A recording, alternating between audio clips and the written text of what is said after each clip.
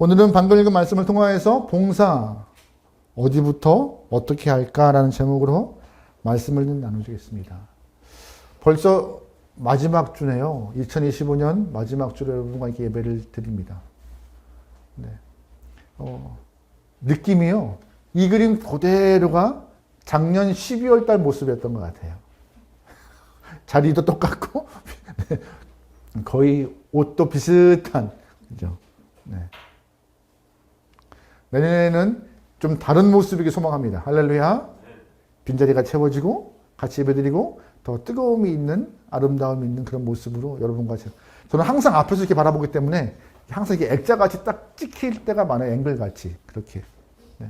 내년에는 좀 다른 모습으로 우리가 모두가 다 이렇게 보여지기를, 주 앞에 드러나기를 소망합니다.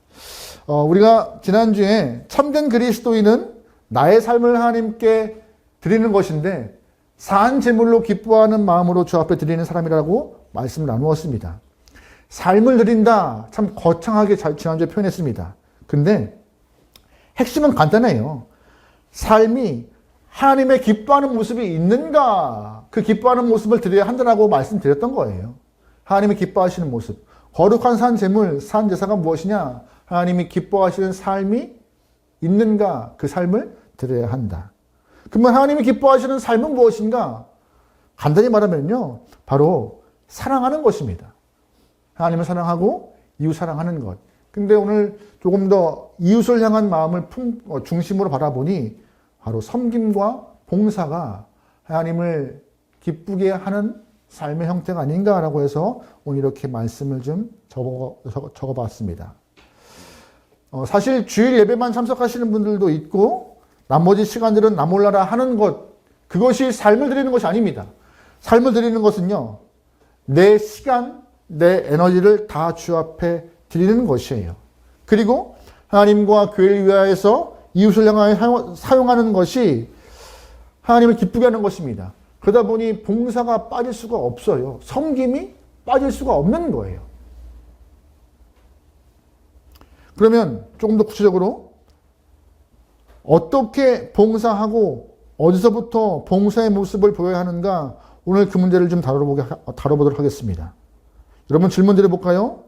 어디서부터 우리의 봉사가 시작돼야 하고 어디서부터 우리의 섬김이 필요해야 될까요? 대부분 봉사, 섬김하면 우리 그룹 밖으로부터 생각합니다. 그런데 여러분 오늘 본문은요, 교회부터라고 시작하고 있습니다. 교회부터 우리의 봉사와 섬김이 필요하더라고요. 우리가 흔히 세상의 빛과 소금 되어야 한다라고 말을 합니다. 맞습니다.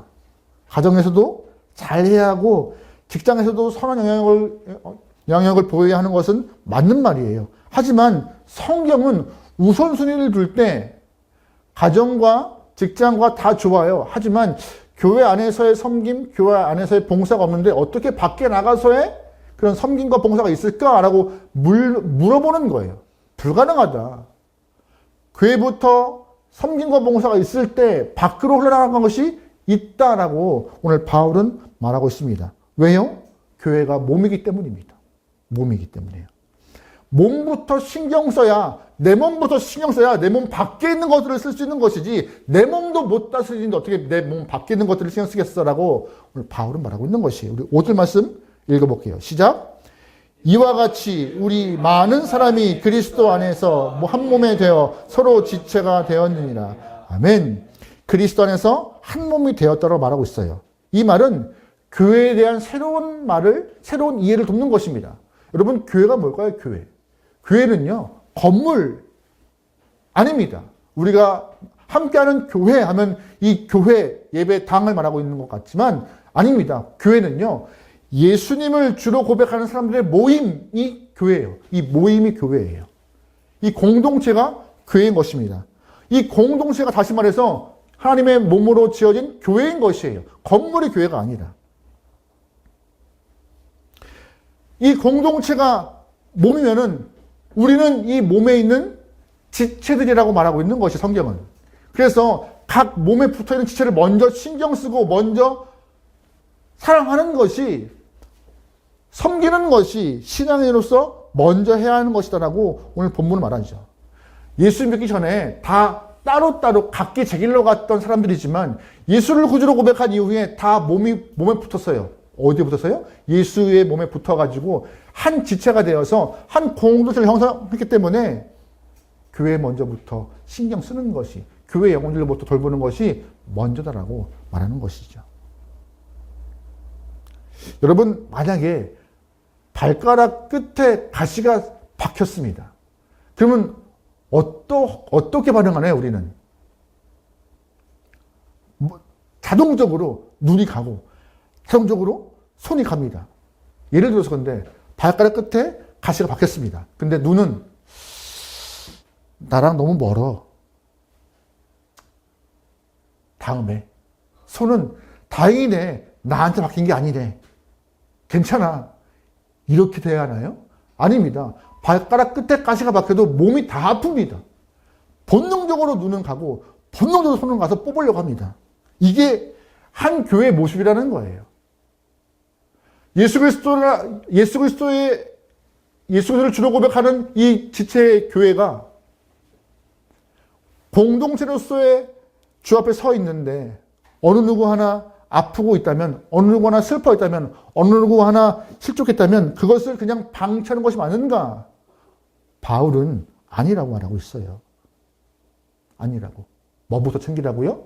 교회 안에 있는 분들부터 챙기는 것이, 내 몸을 관리하는, 몸을 돌보는 것이 먼저라고. 성경은 말합니다. 내 이웃을 뭐가 같이 사랑하라고요? 내 몸과 같이 사랑하라고요. 몸과 같이.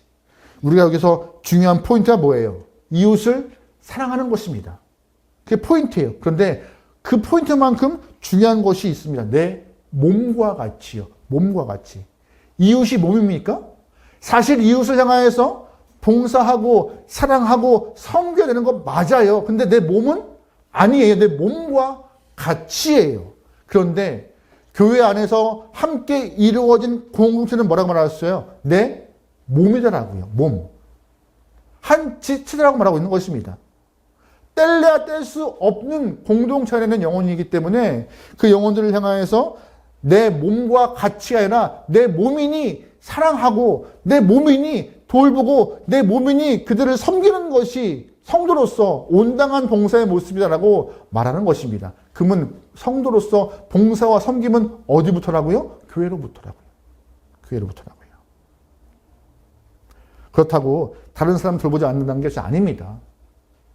우선순위가 어디부터인가라고 말씀을 드리는 거예요.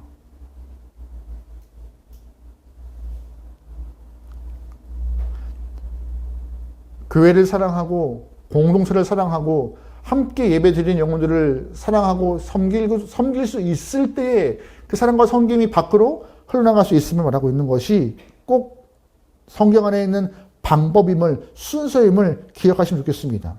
간혹 그런 분이 계시죠. 목사님, 저는 할 줄 아는 것이 없고 할 수 있는 것이 없는데 어떻게 섬기고 어떻게 봉사하겠습니까? 불가능해요. 어려워요. 라고 말하시는 분들이 계실지 모르겠지만 감사하게도 걱정할 필요가 없습니다. 왜냐하면 교회를 섬길 수 있을 만큼 우리에게 특별한 재능과 특별한 선물을 주셨대요. 그것이 오늘 성경 안에 있는 은사입니다. 4절 말씀에 우리가 한 몸에 많은 지체를 가졌으나 모든 지체가 같은 기능을 가진 것이 아니니, 다들 다른 모습의 기능과 능력과 할 수 있는 일들이 있다 없다? 있다. 그래서 그 할 수 있는 일들을 통하여서 서로 봉사하고 섬기면서 온전한 공동체의 모습을 가질 수 있다고 말하고 있는 것이 오늘 본문의 이야기입니다. 손은 손대로 할 일이 있고 눈은 눈대로 할 일이 있고 발은 발대로 할 일이 있는 것입니다. 여러분, 교회가 그렇잖아요. 교회에 남자만 있으면 재미없어요. 아닌가? 여자만 있으면 시끄러워 산으로 갈 수도 있어요. 죄송합니다. 이건 표현, 죄송합니다. 큰일 났어요. 취소. 이거 어떻게 편집해야겠다. 이따가 편집이요. 이건 편집 딱. 네. 교회에 애들만 있으면 어떻게 교회를 운영해요? 그죠? 교회에 성인도 필요하고요. 교회에 많이 배운 자, 덜 배운 자, 많이 가진 자, 적은 자, 건강한 자, 조금 건강하지 못한 자, 이들이 다 섞여서 한 지체가 될 때 각자의 몫으로 각자의 기능이기 때문에 걱정할 필요가 없는 것입니다. 왜 저런 사람들이 모였을까? 밖에서는 참 궁금해할 거예요. 교회도 이력서 받고 면접 보고 시험 보고 들어온다면 여러분 어떻겠습니까? 에이, 뭐 이런 게 다 있으라고 할 텐데. 그죠? 교회는 그런 거 없어요. 누구 나오라고 하잖아요. 누구 나오라고. 왜? 그들이 와서 뭐 교회가 저런 사람들과 함께 하지? 하지만 그 사람을 향한 하나님 허락하신 은혜, 은사, 선물이 있다 없다? 있다. 그들도 그들의 몫이 있다는 것입니다.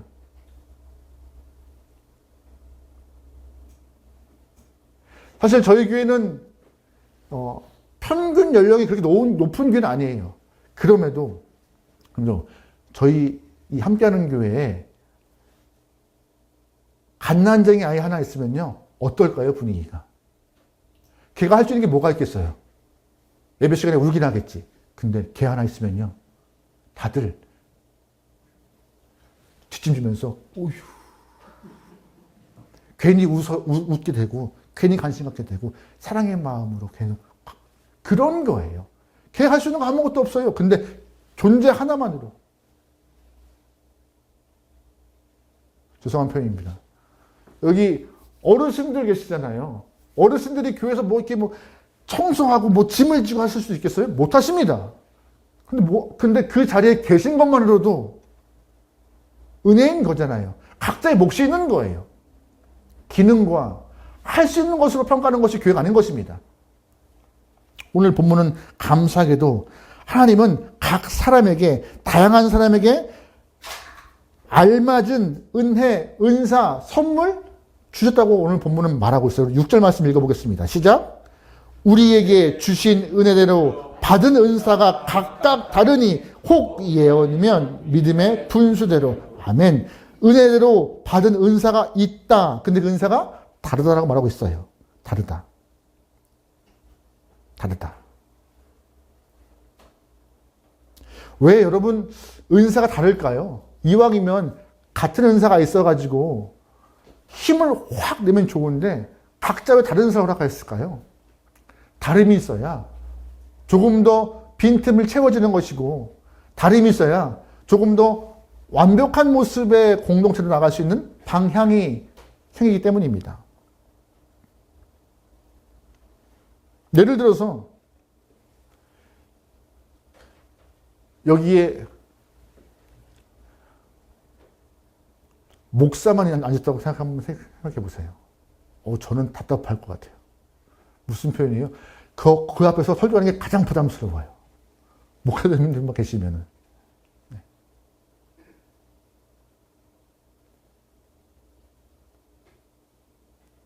목사님들도 계시고, 성도님들도 계시고, 직분자도 있고, 초신자도 있고, 그죠? 그럴 때 교회는 아름다워지는 거잖아요. 그러면 교회 안에 초신자만 있으면 어떻게 돼요? 담임 목사도 없이, 직분자도 없이 그 교회가 될까?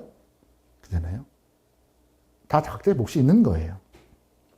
오늘 본문은 그래서 7가지의 은사를 소개합니다. 여러분이 7가지 은사가 다라고 생각하시면 안 됩니다. 오늘 본문에서 말하고 있는 7가지만 우리가 보려고 해요. 그래서 오늘 여러분 삽지에 그 체크리스트를 넣어드린 거예요. 어떤 것이 나에게 좀 더 주어진 은사인가라고 한번 알아보시라고. 우리 6절 후반부부터 8절까지 볼까요? 같이 읽어보겠습니다. 시작. 혹 예언이면 믿음의 분수대로, 혹 섬기는 일이면 섬기는 일로, 혹 가르치는 일로, 혹 위로하는 자면 위로하는 일로, 구제하는 자는 성실함으로, 다스리는 자는 부지런함으로, 긍휼을 베푸는 자는 즐거움으로 할 것이니라. 아멘. 교회를 잘 섬길 수 있도록 성령 하나님께서 7가지 은사를 주시는데 첫 번째가 뭐예요? 예언의 은사입니다. 예언의 은사요. 여러분 예언하면은 뭐가 떠오르세요? 미래를 알아맞추는 아주 놀라운 신통한 것을 떠올립니다. 근데 오늘 본문에서 말하고 있는 예언의 은사는요, 그 장래일을 맞추는 것이 아니에요. 예언의 은사는 무엇이냐? 오히려 하나님의 말씀을 깨닫고 말씀을 많은 사람들에게 풀어주는 역할을 감당하는 사람들이 예언자라고 오늘 본문은 말하고 있는 것이에요. 구약에서는 말씀을 받아서 하나님 앞에 받은 은혜를 선포했던 사역자들, 그들을 예언자라고 표현했던 것이고, 신약에 넘어와서는 그 예언 연설을 받은 사람들이 말씀 갖고 깊이 묵상하고 오묘한 진리를 선포했던 그 사역자들을 말하고 있는 것입니다. 그들이 바로 예언 연설을 받은 사람인 것이죠. 저도 말씀을 보면서 내가 예언 연설 받은 사람이구나라고 보게 된 것이에요. 우리가 일반적으로 알고 있던 예언하면은 미래를 보고 앞뒤를 맞추고 막 이런 거라 생각할 텐데 저는 거기와 상관없는 영혼이었습니다. 하지만 오늘 본문을 보니 나도 말씀 받아서 깨닫고 선포하고 나누는 예언의 은사가 있는 영혼이구나라고 오늘 본문을 통해 알게 된 것이죠. 여러분은 예언의 은사가 있으십니까? 말씀을 보면 깨닫게 되고 재밌고 흥미롭고 더 보고 싶고 알려주고 싶은 마음이 있으십니까? 그러면 여기에 해당되는 것이죠. 두 번째는 어떤 은사예요? 섬기는 은사입니다. 다른 사람을 돌보고 돕는 일인 것이죠. 다른 사람이 무엇이 필요한지 빨리 파악하는 사람들인 거예요. 미리 준비하고 미리 그들을 향하여 손을 내미는 사람이 섬기는 은사가 영혼입니다. 쉽게 말해서 협력자, 보조자, 스텝들을 말하는 것이죠. 구약에는 아론과 훌이 아마 이 은사를 받았던 영혼인 것 같고, 신약에서는 브리스길라와 아굴라가 이 섬김 은사를 받던 영혼인 것 같아요. 세 번째, 어떤 은사가 있습니까? 가르치는 은사가 있어요. 가르치는 은사는 이해하고 전할 수 있는 능력이 있는 것이 이 가르치는 은사인 것이죠. 말을 잘 알아듣고 쉽게 재밌게 말할 수 있는 사람들. 제가 신학교 다닐 때 정말 책을 보면서 감동받은 교수님이 있어요. 우리 학교에 이런 교수님이 계시네 하면서 너무나 놀랬죠. 멋진 책의 주인공을 제가 제대 후에 신학교 4학년 때 수업을 처음 들어가 봤습니다. 그런데 수업을 듣고 깜짝 놀랐습니다. 책은 책이고 가르치는 거는 별개더라고요. 이렇게 또 근데 책을 읽으시더라고요. 별개구나. 이건 별개구나. 책을 쓰는 것과 가르치는 거는 별개구나.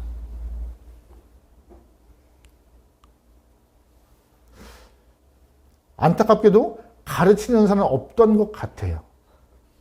잘 책을 지혜가 있어서 지식이 있어서 정리하고 공부하고 잘 풀이했던 것은 있는데 표현할 수 있는 기술이 부족하여서 가르치는 은사가 좀 부족하지 않았나. 하지만 그분의 책은 명작이었습니다. 지금도 보고 있죠. 저는 우리 함께하는 교회 안에 이 가르치는 은사가 있는 분들이 있기 소망해요. 그래서 조금 더 저희 교회가 시간이 지나 성장하고 가르칠 만한 일들이 발생하면 나서서 주저하지 않고 전하고 선포하고 증거할 수 있는 입술이 될 수 있는 분들이 많기 소망합니다. 네 번째, 위로하는 은사입니다. 위로하는 은사가 뭐예요? 낙심하는 영혼들을 향해서 위로하고 힘주는 것입니다. 아무것도 아닌데 그 사람과 만나서 얘기하면은 힘이 나요. 답은 없는 것 같은데 그냥 그 사람만 만나서 얘기하면 편해요. 유독 그 사람이 떠오를 때가 있습니다. 그분이 아마 이렇게 위로의 은사가 있는 분이실 거예요. 여러분 혹시 우리 중에 위로의 은사가 있는 분이 계신가요? 힘들 때 괜히 전하고 싶으신 분, 힘들 때 떠오르시는 분 계신가요? 저는 개인적으로 여러분들이 다 떠오르고 다 힘이 되게 소망합니다. 예전에 사역할 때 지금은 병원 신방이 참 어렵잖아요. 어려워요. 근데 예전에는 병원 신방이 자유로웠을 때는 엘리베이터 타면은 다들 목사님 신부님 분이 많았어요. 신방 오신 분이 많아서. 근데 그때는 제 경험이에요. 어느 권사님이 갑자기 쓰러지셔가지고 병원에 입원하셨는데 구역장님을 모시고 신방을 갔죠, 병원에. 근데 진찰을 해보니, 검사해보니 조치가 빨리 잘 돼서 나을 수 있는 병으로 이렇게 치료만 잘 받으면 쾌차할 수 있는 상황이었던 거예요. 근데 이 구역장님께서 하셨던 표현이 참 거칠었습니다. 다행이다. 그런데 내가 알고 있는 집안 어른들 중에 한 분은 당신과 똑같은 병이었는데 얼마 안 돼서 분명히 권사님은 좋은 결과가 있어서 난다고 했는데 그게 위로가 되는. 교구장으로서 가서 같이 갔던 신방에 그게 신방이 아니라 오히려 권사님의 마음에 못을 받고 오는 일이 있었죠. 이 위로하시는 은사가 있는 분은 말을 참 조심하세요. 그래서 말을 참 걸러서 하시고 오히려 말하는 것보다 듣는 것에 더 이렇게 능하신 분들이 아닐까 생각합니다. 5번째, 무슨 은사예요? 구제 은사입니다. 구제 은사. 구제라 하면 돕는 거잖아요. 우리가 돕는다 할 때 돈이 많은 사람들이 도울 수 있다고 생각합니다. 맞을까요? 맞을 수도 있습니다. 하지만 돈이 많다고 도우는 거 아니에요. 여러분, TV를 보시면은요, 연말 되면 이렇게 알게 모르게 돕는 분들 많아요. 근데 그분이 다 부자가 아닙니다. 마음이 있으면 하는 건데, 오늘 본문에서는 이 구제도 은사래요. 즉, 하나님이 사랑하는 마음과 베풀고 싶은 마음을 주실 때 가능한 것이라고 말하고 있는 것입니다. 돈이 많아 사는 것이 아니에요. 얼마 전에 TV에서 본 것인데, 어느 지방의 구청에, 동사무소에 라면 몇십 박스와 이렇게 쭉 이렇게 쌓여있더래요. 거기는 항상 편지가 들어가 있더래요. 올 한 해도 이렇게 도울 수 있어서 정말 감사하다라고. 1월 달부터 모아서 이렇게 이웃을 향하여서 라면을 드려서 너무 고맙더라고. 이렇게 작은 편지로 아이들 글씨로 꾹꾹 눌러 쓴 편지가 들어가 있더래요. 근데 이게 단순히 1년이 아니라 매년 반복돼서 찾고 싶어서 동사무소에서 찍혀있던 카메라를 돌려봤다고 합니다. 근데 지역의 한 가족이었대요. 수소문해보니 아버지가 아이들 둘과 함께 1월 달에 저금을 시작하고 그 1월 달에 저금한 것을 모아서 12월에 라면으로 인하여서 이렇게 베푸는 일을 시작한 것이 몇 년 되었더라고. 그래서 아이들이 꾹꾹 눌러 쓴 편지가 그렇게 표현되더라고요. 1년 동안 돈을 모아서 이렇게 이웃을 향하여 아이의 저금통인 거예요. 그러니까 한마디로 말해서. 그게 쉬웠을까요? 쉽지 않아요. 근데 그 마음이 참 얼마나 예뻐요. 구제가 그런 거예요. 돈이 많다고 하는 것이 아닙니다. 돈이 없어도 허락하신 마음이 있으면 가능한 것이에요. 사실 함께하는 교회 부자입니까? 할렐루야. 왜 아무도 아멘 안 해? 이럴 때 아멘 해줘야 되는데 우리 아버지가 부자이실 뿐이죠. 그죠? 함께하는 교회 부자 아닙니다. 장로님도 기도하실 때 그러잖아요.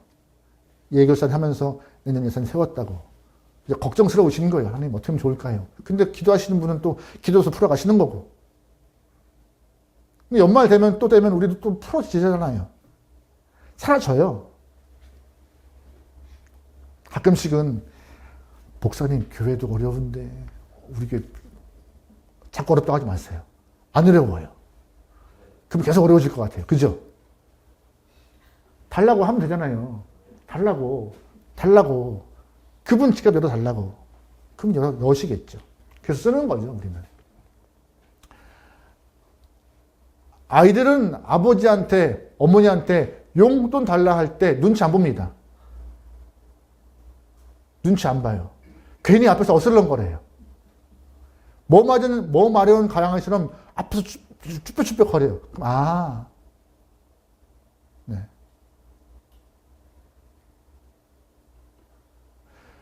저희 막내가 요즘에 조금씩 이제 일탈을 해요. 이제 초 6학년인데 나가서 노는 걸 좋아하더라고요. 당연히 놀아야죠. 근데 이제 동네가 아니라 용산으로 가요. 친구들이랑 몰려서. 지난주에는 친구들이랑 용산 갔는데 용돈 줄까? 필요 없대요. 그래? 가서 뭐 하고 왔어? 그냥 구경만 하고 왔대요. 왜? 어제 또 갔어요. 4명이 몰려서. 용돈 줄까? 아니? 그들이 엄마가 카드 주니까 덥석 받아가더라고요. 마다하지 않아. 근데 올 때 뭘 들고 와요. 이렇게 들고 와요. 뭐 샀어? 본인이 평소에 사고 싶었던 걸 사고 와요. 또 카드를 긁었어요. 뭐 했어? 먹고 왔대요. 햄버거도 먹고 왔대요. 다음에는 카드 안 주게요. 점점 씀씀이가 커질 것 같아. 아이들은 그런 거예요. 그런 거예요. 자식들은. 부모 눈치 안 봐요. 또 카드 가졌으니까 이게 돈이 얼마인지 몰라. 쓰면 돼. 근데 그거 아세요? 하나님도 우리에게 한도 없는 카드 주셨어요. 긁으라고, 쓰라고. 근데 이 아들들이, 딸들이 눈치를 봐. 한도가 없는데. 우리 얼마 안 돼요, 예산. 근데 하지만 카드 주셨으니까 기도하죠. 하나님, 이 카드 한도 없는 건 줄 알고 저희가 씁니다. 미리 당겨 써요, 하나님. 현금으로 받는 거 아니지만 당겨 씁니다. 하고 쓸 수 있는 담대함도 저는 필요하다 믿습니다. 채우시겠죠. 그분 교회 망하게 하진 않겠지. 하는 마음으로. 구제는요, 마음이 있다는 겁니다. 그래서. 여러분, 감동 있을 때 말씀하세요. 목사님, 제가 기도하다 보니 이런 감동이 있습니다. 우리 한번 해보죠? 해보죠, 한번. 6번째, 다스리는 은사입니다. 이 은사는 지도력, 리더십을 말하는 것입니다. 성경 안에서 대표적인 모습이 아마 다윗 아닐까요? 다윗이요. 다윗이 사울왕을 피하여서 도망다닐 때, 아둘람굴로 도망갈 때 그와 함께 했던 사람들이 400명이었습니다. 다윗이 뭐가 있어요? 힘도 없어요. 그때는 권세 없어요. 그냥 도망자였어요. 근데 다윗 밑에 400명이 모여들었고 그와 함께 할 때, 다윗과 함께 할 때 그들은 400명은 힘을 내어서 위로받고 일사불란하게 잘 살아냈습니다. 그들이 결국 그 이후에 이스라엘을 세우는데 중요한 역할을 해요. 오합지졸 아니었습니다. 누구와 함께 때문에? 다윗과 함께 때문에요. 다윗과 함께 때문에. 이왕이면 제 욕심은 우리 교회 청년들과 학생들 중에 이런 다스리는 은사가 있길 소망합니다. 이들 밑에 많은 사람들이 모이고 하나님의 은혜를 선포하고 증거하고 다스리고. 7번째, 어떤 은사예요? 긍휼을 베푸는 은사이죠. 다른 사람이 어려움 당할 때 그의 고통을 무시하지 않고 나의 고통으로 여기는 모습이요. 어려운 사람을 챙기는 그 모습이 바로 긍휼의 은사인 것입니다. 이렇게 이 7가지 은사가 교회 안에 여러 가지 모습으로 이루어질 때, 또한 그 은사를 갖고 사역할 때 교회는 각 지체가 열심히 움직여서 하나님의 은혜가 충만할 것이라 오늘 본문은 말하고 있어요. 여러분이 이 은사는 쓰라고 주신 것입니다. 그냥 체크해서 이런 거 있나 보다. 딱 이런 게 좀 있나 보다. 알려고 주시는 게 아니라 쓰라고. 잘 사용하여서 하나님의 교회가 더욱더 풍성할 수 있기를 소망합니다. 하지만 우리 봉사할 때, 섬길 때 잊지 말아야 될 모습이 있어요. 무엇이냐? 바로 겸손입니다. 겸손. 우리 3절 말씀 읽어볼게요. 시작. 내게 주신 은혜로 말미암아 너희 각 사람에게 말하노니 마땅히 생각할 그 이상의 생각을 품지 말고 오직 하나님께서 각 사람에게 나눠주신 믿음의 분량대로 지혜롭게 생각하라. 아멘.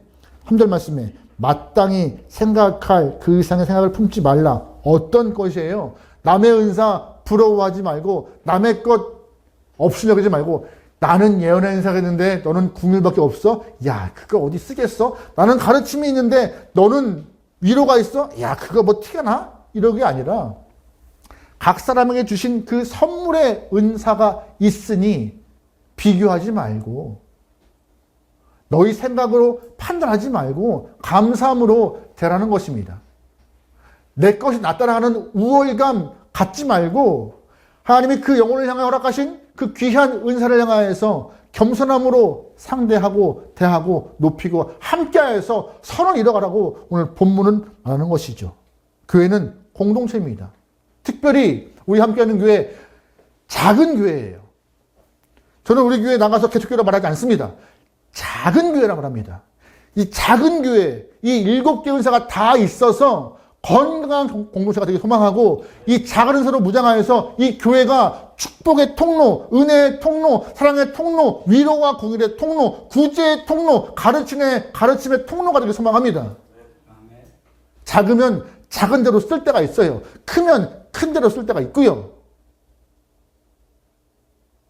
저는 성탄절 예배 때 우리 어느 한 성도님의 말에 계속 울림이 있어서 좀 이틀 동안 고생했어요. 유일하게 앞에 나와서 했던 말 중에 하나가 이름이 함께하는 교회잖아요. 함께할 수 있기 소망합니다. 빈자리 많은데 함께해서 그 말을 하신 분이 계세요. 누구를 거론하지 않겠습니다. 여기 찍히니까. 나만 나오면 되지 뭐.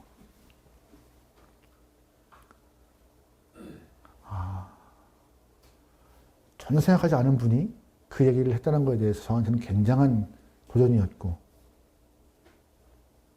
작으면은 작은 대로 쓸 때가 있겠죠. 조금 더 하나님 우리 교회가 건강한 은사로, 건강한 은혜로 무장하여 받은 선물 꽁꽁 싸매어서 먼지 뿌옇게 쌓여있는 교회가 아니라 손 벌리고 흘려보내고 나누어서 하나님의 사랑이 증거될 수 있는 귀한 교회로, 귀한 공동체로, 귀한 모임으로 주님 앞에 거룩한 산 제물 될 수 있는 하나님의 영혼 되기를, 교회 되기를 주님을 축원합니다. 아멘.